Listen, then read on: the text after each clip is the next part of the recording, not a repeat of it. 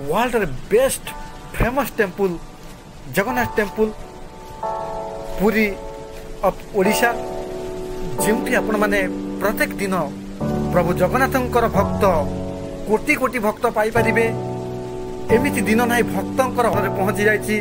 मु बहुत पवित्र मन करूची आ मो प्रभुंकर डोरी बहुत कष्टदायक थिला। अनेक वर्ष मु अपेक्षा करी मो प्रभुंक स्थान रे मु आज पहुंची पारिछि आ मो प्रभुंक दर्शन करि पारुछि। बहुत खुशी लागुछि। या ठारो बड़ खुशी।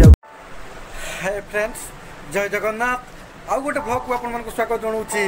मु ओडिया बॉय कान्हू 2024 मसीह श्रावण मसरे एमती एक घटना घटी मु बहुत खुशी।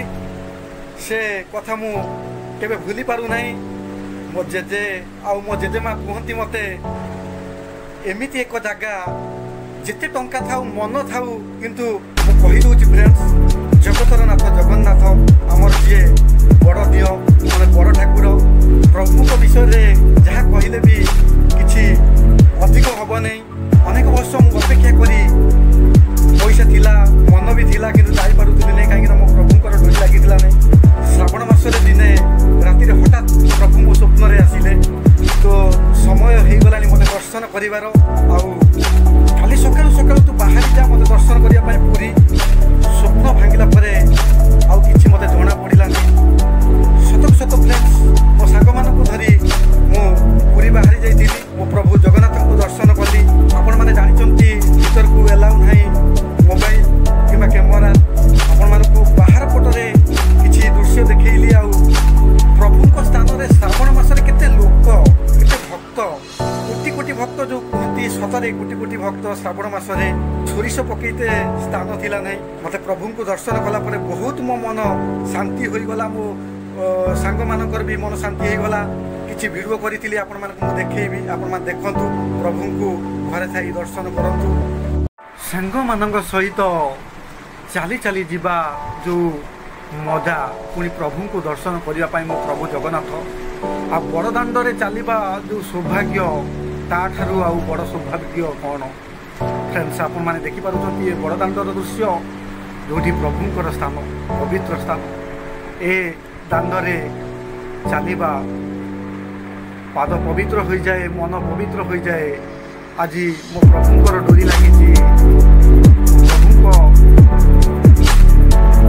मत जो राति स्वप्न देखते मो प्रभु आज मो सांग मान सहित स्वप्न सत करने मो प्रभु को दर्शन करने चली चली आसी मो प्रभु स्थान रे पहुँची गली जोठी मो प्रभु रुहंती तांको स्थान।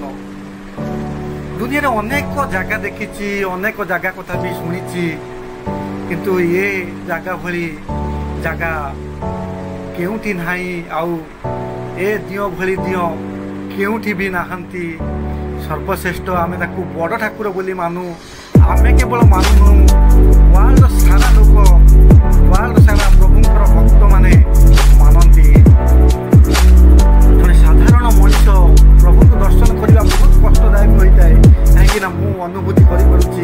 आउ ये ही सत कथा मो जेजे आउ जेजे माँ पाखर शुणी सब सत कथा सब कथा शुणी। प्रभुंकर डोरी एमती डोरी जहाँ को आपण माने अनेक वर्ष अपेक्षा करेंगे अनेक ध्यान रे रे प्रभुंकर दर्शन करें। प्रभुक परीक्षा देते पड़ो प्रभु को आपण माने दर्शन करेंगे कहीं प्रभुंकर डोरी लगे आपण को निश्चित से स्वप्न आदेश हम आपण आसी पहुँचे प्रभु स्थान पुरी रे प्रभु को दर्शन करने प्रभु जगन्नाथ को दर्शन करने एभली पवित्र स्थान को आपण माने देखि सारा परे कमेंट निश्चित जय जगन्नाथ लिखिबे कहीं मो प्रभु आपण माने देखि पारुचंती चारिपटरे बेरिकेड जो थिला वर्तमान नुआ रूल अनुसार बहुत भल लगुच बहुत फांका फांका लगुच। आपण माने देखि पारुचंती प्रभुंक सिंहद्वार स्थान में जो भिड़ होउतला आपण देखुचंती आम फ्रेंड्स माने आसी पहुँची जाइचंती। आ प्रभुंक ପ୍ରଭୁଙ୍କୁ ନମସ୍କାର କରୁଛନ୍ତି। ବ୍ୟାରିକେଡ୍ ସବୁ ଭଙ୍ଗା ହୋଇଯାଇଛି। ଆଉ ପ୍ଲେସ୍ ଏତେ ବଡ଼ ଯେ ମାନେ କୋଟି କୋଟି ଭକ୍ତ ହେଲେ ବି ଜାଗା ଧରି ନେବ। ଆଉ ଚାରି ଦୁଆର ବି ଖୋଲା ହୋଇଯାଇଛି। ଆମେ ତ ଆପଣମାନଙ୍କୁ ଭିଡ଼ିଓ କରିକି ମୁଁ ଦେଖେଇ ପାରୁନାହିଁ, କିନ୍ତୁ ଚାରି ଦୁଆର ଖୋଲା ହେଇଯାଇଛି। ଆପଣମାନେ ଜାଣିଥିବା ଦରକାର। ଆପଣମାନେ ସେମିତି ବି ଲାଇନ୍ରେ ଯିବେ, କିନ୍ତୁ ଯେଉଁ ଭିଡ଼ ହେଉଥିଲା, ଯେଉଁ ଅଣନିଶ୍ୱାସୀ ଲାଗୁଥିଲା, ଆଉ ସେ ପ୍ରଭୁଙ୍କର ଡୋରି ଏତେ ସୁନ୍ଦର ଅଛି, ଆପଣମାନଙ୍କୁ ଆଉ ଅଣନିଶ୍ୱାସୀ ଲାଗିବ ନାହିଁ। ଆଉ ମଜା ଆସିଯିବ ଏ ଜାଗା ଦେଖିକି। ଦୁନିଆରେ ସବୁଠୁ ସର୍ବଶ୍ରେଷ୍ଠ ସ୍ଥାନ ପୁରୀ ଜଗନ୍ନାଥ ମନ୍ଦିର।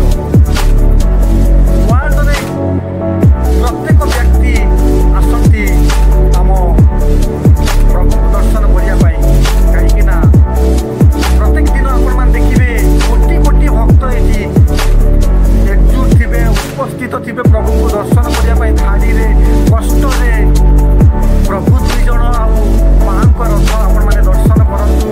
ଯଦି ଆପଣମାନେ ରଥଯାତ୍ରାରେ ନ ଆସିପାରୁଛନ୍ତି, ତାହେଲେ ବହୁତ ସୌଭାଗ୍ୟର କଥା। ଆପଣମାନେ ଘରେ ରହି ପ୍ରଭୁଙ୍କୁ ଦର୍ଶନ କଲେ ପ୍ରଭୁଙ୍କର ମନ୍ଦିର ଦର୍ଶନ କରିବେ, ଆଉ ପ୍ରଭୁଙ୍କର ରଥ ବି ଦର୍ଶନ କରିବେ। ଇଏ ଯେଉଁ ଅନୁଭୂତି, ୟାଠାରୁ ଆଉ କ'ଣ ଅଛି ଅନୁଭୂତି ବଡ଼।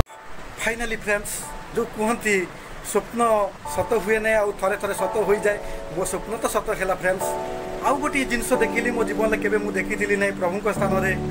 ରଥଯାତ୍ରା ଟାଇମ୍ରେ ମୁଁ କେବେ ବି ଯାଇନାହିଁ ପୁରୀ ପ୍ରଭୁଙ୍କୁ ଦର୍ଶନ କରିବା ପାଇଁ, କିନ୍ତୁ ତାଙ୍କ ରଥ ଦେଖିଲି, ବହୁତ ଖୁସି ଲାଗିଲା ମୋତେ।